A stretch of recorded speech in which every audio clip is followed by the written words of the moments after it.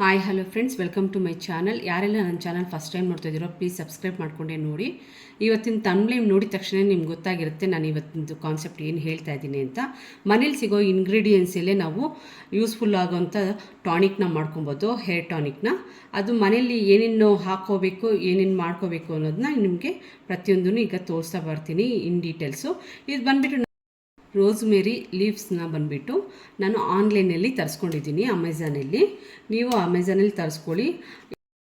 ನೋಡಿ ಫ್ರೆಂಡ್ಸ್, ಮನೆಯಲ್ಲಿ ಸಿಗೋ ಇಂಗ್ರೀಡಿಯೆಂಟ್ಸಲ್ಲೇ ನಾನು ಇದನ್ನೆಲ್ಲ ಮಾಡಿ ತೋರಿಸ್ತಾ ಇದ್ದೀನಿ ಹೇರ್ ಟಾನಿಕ್ನ. ನೋಡಿ, ಇದು ರೋಸ್ಮೇರಿ ಲೀವ್ಸ್ ಇದೆ ಅಲ್ಲ, ಅದು ಬಂದುಬಿಟ್ಟು 2 ಸ್ಪೂನ್ ಹಾಕ್ಕೊಂಡಿದ್ದೀನಿ. ಲವಂಗ ಬಂದುಬಿಟ್ಟು ಒಂದು 6 ಇಟ್ಕೊಂಡಿದ್ದೀನಿ. ಕರ್ಬೇ ಸೊಪ್ಪು ಬಂದುಬಿಟ್ಟು ಒಂದು 20 ಲೀವ್ಸ್ ಇಟ್ಕೊಂಡಿದ್ದೀನಿ. ಹಾಗೆ ಮೇಥಿ ಬಂದುಬಿಟ್ಟು 1 ಸ್ಪೂನ್ ಇಟ್ಕೊಂಡಿದ್ದೀನಿ. ನಿಮಗೇನಾದರೂ ಹೇರ್ ಟಾನಿಕ್ಕು ಜಾಸ್ತಿ ಬೇಕು ಅಂದರೆ ಇದನ್ನು ಡಬಲ್ ಹಾಕ್ಕೊಂಡ್ರೆ ಇಂಗ್ರೀಡಿಯೆಂಟ್ಸು ಸಾಕು. ನಿಮಗೆ ಜಾಸ್ತಿ ನೀರು ಮಾಡ್ಕೋಬೋದು, ಮೀನ್ಸ್ ಜಾಸ್ತಿ ಟಾನಿಕ್ ಮಾಡ್ಕೋಬೋದು.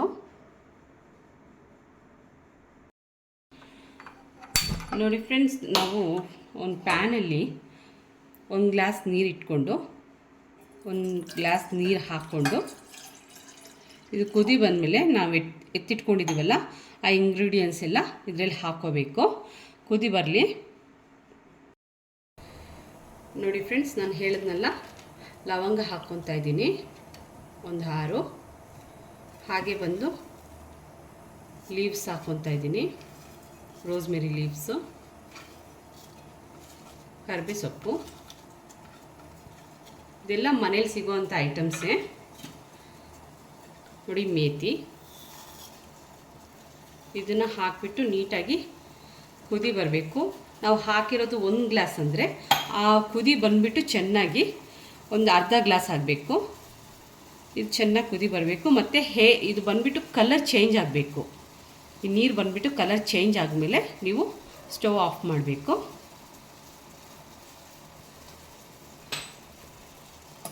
ನೋಡಿ, ನಾನು ಕಲಿಸ್ತಾ ಇದ್ದೀನಿ ನೀಟಾಗಿ. ಇದು 20 ಮಿನಿಟ್ಸ್ ಇದೇ ಥರ ಬಿಸಿ ಆಗಬೇಕು. ನಿಮಗೆ ಗೊತ್ತಾಗುತ್ತೆ, ಕಲರ್ ಚೇಂಜ್ ಆಗುತ್ತೆ ಟಾನಿಕ್ಕು.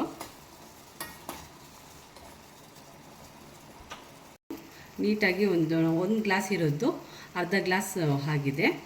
ಈಗ ಸ್ಟವ್ ಆಫ್ ಮಾಡಿಕೊಂಡು ನಾನು ಇದು ನೈಟ್ ಮಾಡ್ಕೊಂಡಿರೋದು ಕ್ಲೋಸ್ ಮಾಡಿಬಿಡ್ತೀನಿ, ತಣ್ಣಗಾಗೋಕ್ಕೆ ಬಿಟ್ಬಿಡ್ತೀನಿ. ಮಾರ್ನಿಂಗು ಎದ್ಬಿಟ್ಟು ಅದನ್ನು ಫಿಲ್ಟ್ರ್ ಮಾಡಿ ಎತ್ತಿಟ್ಕೋಬೇಕು. ಮತ್ತು ಯಾವ ಥರ ಅಪ್ಲೈ ಮಾಡೋದು ಅಂತ ನಿಮಗೆ ತೋರಿಸ್ತೀನಿ. ನೋಡಿ ಫ್ರೆಂಡ್ಸ್, ನೈಟು ಕುದಿಸ್ಬಿಟ್ಟು ಮುಚ್ಚಿಟ್ಟಿದ್ದೆ ಅಲ್ವಾ, ಮಾರ್ನಿಂಗ್ ನೋಡಿ ಈ ಥರ ಇರುತ್ತೆ ನಿಮಗೆ. ಇದನ್ನು ನೀವು ಫಿಲ್ಟ್ರ್ ಮಾಡ್ಕೊಂಡ್ಬಿಟ್ಟು ಯಾವ ಥರ ಹಾಕ್ಕೋಬೇಕು ಅಂತ ನಿಮಗೆ ತೋರಿಸ್ತೀನಿ ಹೇರ್ ಟಾನಿಕ್ನ. ನೋಡಿ ಫ್ರೆಂಡ್ಸ್, ಈ ಥರ ಫಿಲ್ಟ್ರ್ ಮಾಡಿಕೊಂಡ್ರೆ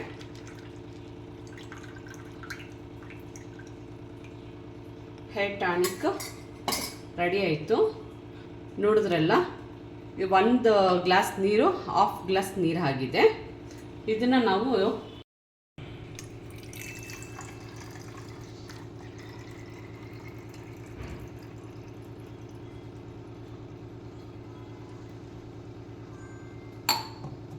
ನೋಡಿದ್ರಲ್ಲ ಫ್ರೆಂಡ್ಸ್, ಇದರಲ್ಲಿ ಸ್ಟೋರ್ ಮಾಡಿಕೊಂಡು ಸ್ಕ್ಯಾಲ್ಪ್ಗೆ ಹಾಕ್ಕೊಂಬಂದರೆ ಸಾಕು. ನೋಡಿದ್ರ ಹೇರ್ ಟಾನಿಕ್ಕು ರೆಡಿ ಆಯಿತು.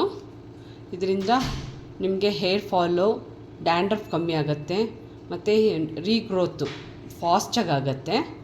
ಸೊ ನೀವು ಇದನ್ನು ಯೂಸ್ ಮಾಡಿಕೊಂಡು ಹೇರ್ ಫಾಲ್ ಆಗೋದನ್ನ ಕಂಟ್ರೋಲ್ ಮಾಡ್ಕೋಬೋದು. ಮತ್ತು ಹೇರೂ ಅಷ್ಟೇ ಸ್ಟ್ರಾಂಗಾಗಿ ಚೆನ್ನಾಗಿ ಬೆಳೆಯುತ್ತೆ. ನೋಡಿ ಫ್ರೆಂಡ್ಸ್, ಸ್ವಲ್ಪ ಏನಾದರೂ ಡ್ಯಾಂಡ್ರಫ್ ಇದ್ರೂ ನೋಡಿ ಇದರಲ್ಲಿ ನೀಟಾಗಿ ಹೋಗುತ್ತೆ. ನೋಡಿ, ಸ್ಕ್ಯಾಲ್ಪ್ಗೆ ಈ ಥರ ಹಾಕ್ಕೊಂಡು ನೋಡಿ ಈ ಥರ ಹಾಕ್ಕೊಂಡು ಬಂದರೆ ಸಾಕು.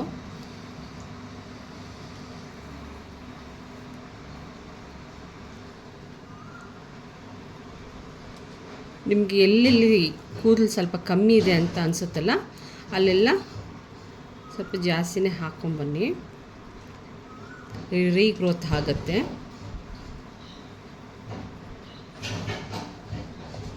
ನೋಡಿ, ಈ ಥರ ಹಾಕೊಂಡ್ರೆ ಸಾಕು. ಪ್ರೆಸ್ ಮಾಡಿದ್ರೆ ಎಲ್ಲ ರೂಟ್ಗೂ ಎಲ್ಲ ಫುಲ್ಲು ಸ್ಕ್ಯಾಲ್ಪ್ಗೆಲ್ಲ ಅಪ್ಲೈ ಮಾಡ್ಬೋದು ನಾವು. ನಿಮಗೇನಾದರೂ ಈ ಥರದ್ದು ಇಲ್ಲ ಅಂದರೆ ಕಾಟನ್ ಎಲ್ಲೂ ಬೇಕಾದರೆ ಅಪ್ಲೈ ಮಾಡ್ಬೋದು. ನೋಡಿ, ಹಾಕಿಬಿಟ್ಟು ಲೈಟಾಗಿ ಈ ಥರ ಸಾಫ್ಟಾಗಿ ಮಸಾಜ್ ಮಾಡಿಕೊಂಡ್ರೆ ಸಾಕು, ಎಲ್ಲ ಕಡೆ ನೀಟಾಗಿ ಅಪ್ಲೈ ಆಗುತ್ತೆ.